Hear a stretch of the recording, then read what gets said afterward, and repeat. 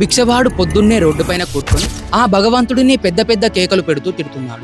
ఆ దారిలోనే ఆ దేశపు రాజుగారు వెళుతూ ఆ కేకలు విన్నాడు. ఎందుకు పొద్దున్నే ఆ దేవుడిని తిడుతున్నావు అని అడిగాడు. అప్పుడు ఆ భిక్షవాడు, మీరేంటి మహారాజులు, మీ దగ్గర చాలా ధనం ఉంది, కానీ నా కర్మ ఇలా ఉంది, ఒక్క రూపాయి లేని దరిద్రుడిగా పుట్టించాడు. చూడండి ఆ దేవుడికి ఎంత పక్షపాతమో అన్నాడు.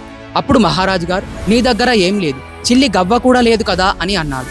అప్పుడు బిచ్చగాడు, అవును మహారాజా, మీరు నిజం చెప్పారు అని చెప్పాడు. అప్పుడు రాజుగారు, నీకు 10,000 వరహాలు ఇస్తాను, నీ అరచేతి కోసి ఇస్తావా అని అన్నాడు.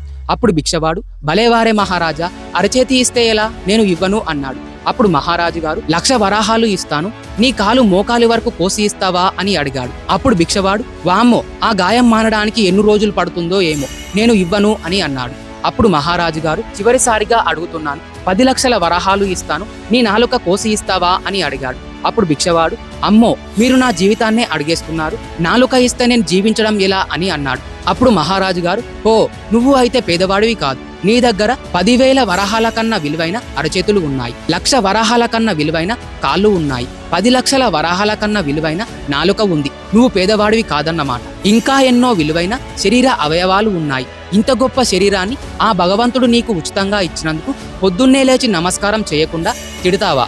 ఆ శరీరాన్ని ఉపయోగించి ఈ లోకానికి సేవ చేసి పొట్ట నింపుకో, ఇక్కడ అందరూ చేస్తున్నది అదే, పో ఇక్కడ నుండి అని అన్నాడు మహారాజు గారు. సోమరితనం మనిషిని సర్వనాశనం చేస్తుంది.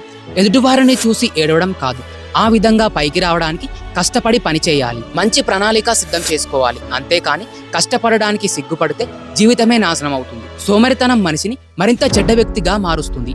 జీవితంలో గొప్ప వ్యక్తిగా మారడానికి కృషి చేయాలి. ఈ వీడియో మీకు ఎలా అనిపించిందో కామెంట్ చేసి చెప్పండి.